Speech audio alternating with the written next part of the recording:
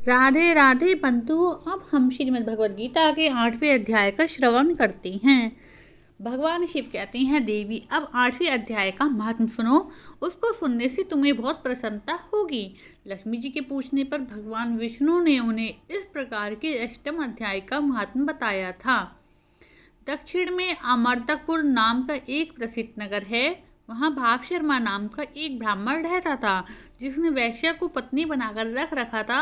वह मांस खाता था, मदिरा पीता था और श्रेष्ठ पुरुषों का धन चुराता था। पराई स्त्री से व्यभिचार करता था और शिकार खेलने में दिलचस्पी रखता था। वह बड़े भयानक स्वभाव का था और मन में बड़े बड़े हौसले रखता था। एक दिन मदिरा पीने वालों का समाज जुटा था। उसमें भाव शर्मा ने भर पेट ताड़ी थी, खूब गले तक चढ़ाया था अतः अजीर्ण से अत्यंत पीड़ित होकर वह पापात्मा कालवश मर गया और बहुत बड़ा ताड़ का वृक्ष हुआ। उसी घनी और ठंडी छाया का आश्रय लेकर ब्रह्म राक्षस भाव को प्राप्त हुए और कोई पति पत्नी भी वहाँ रहा करते थे। उनके पूर्व जन्म की घटना इस प्रकार है। एक कुशीबल नाम का ब्राह्मण था, जो वेद वेदांगी तत्वों का ज्ञाता था, संपूर्ण शास्त्रों का अर्थ और विशेषज्ञ और सदाचारी था। उसकी स्त्री का नाम कुमति था। वह बड़े खोटे विचार की थी। वह ब्राह्मण विद्वान होने पर भी अत्यंत लोभवश अपनी पत्नी के साथ प्रतिदिन भैंस, कालपुरुष और घोड़े आदि दानों को ग्रहण किया करता था, परंतु दूसरे ब्राह्मणों को दान में मिली हुई कौड़ी भी नहीं देता था। वे ही दोनों पति पत्नी कालवश मृत्यु को प्राप्त होकर ब्रह्म राक्षस हुए थे। वे भूख और प्यास से पीड़ित हो इस पृथ्वी पर घूमते हुए उसी ताड़ वृक्ष के पास आए और उसके मूल भाग में विश्राम करने लगे। उसके बाद पत्नी ने पति से पूछा, हे नाथ, हम लोगों को यह महान दुख कैसे दूर होगा?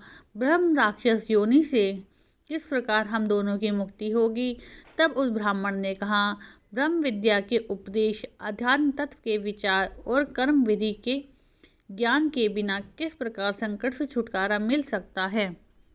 यह सुनकर पत्नी ने पूछा, वह ब्रह्म क्या है, अध्यात्म क्या है?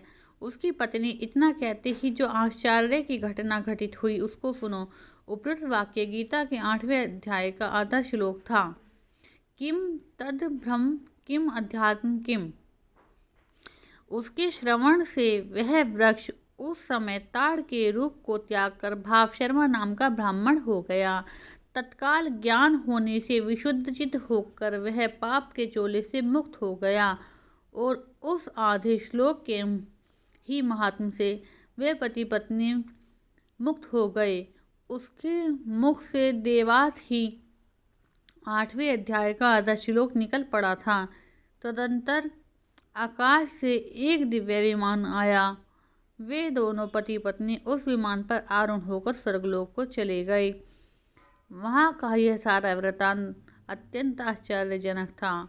उसके बाद उस बुद्धिमान ब्राह्मण भाव शर्मा ने आदरपूर्वक उस आदि श्लोक को लिखा और देव जनार्दन की आराधना करने की इच्छा से वह मुक्तिदायिनी काशीपुरी में चला गया।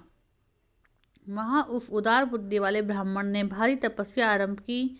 उसी समय क्षीर सागर की कन्या भगवती लक्ष्मी ने हाथ जोड़कर देवताओं के भी देवता जगतपति जनार्दन से पूछा, नाथ, आप सहसा नींद त्याग कर खड़े क्यों हो गए हो? श्री भगवान बोले, देवी, काशीपुरी में भागीरथी के तट पर बुद्धिमान ब्राह्मण भाव शर्मा मेरे भक्ति रस से परिपूर्ण होकर अत्यंत घोर तपस्या कर रहा है। वह अपनी इंद्रियों के वश में करके गीता के 8वें अध्याय के आदि श्लोक का जप करता है। मैं उसकी तपस्या से बहुत संतुष्ट हूँ। बहुत देर से उसकी तपस्या के अनुरूप फल का विचार कर रहा था। प्रिय, इस समय वह फल देने को मैं उत्कंठित हूँ। पार्वती जी ने पूछा, भगवान, श्री हरि सदा प्रसन्न होने पर भी जिनके लिए चिंतित हो उठे थे, वह भगवत भक्त भाव शर्मा ने कौन सा फल प्राप्त किया? श्री महादेव जी बोले, देवी, दिग्ग श्रेष्ठ भाव शर्मा प्रसन्न हुए। भगवान विष्णु के प्रसाद को पाकर आत्यांतिक सुख का प्राप्त हुआ। उसके अन्य वंशज भी जो नरक यातना में पड़े थे, उसी के शुद्ध कर्म से भगवत आश्रम को प्राप्त हुए। पार्वती, यह 8वें अध्याय का महत्व थोड़े में ही तुम्हें बताया है, इस पर सदा विचार करना चाहिए।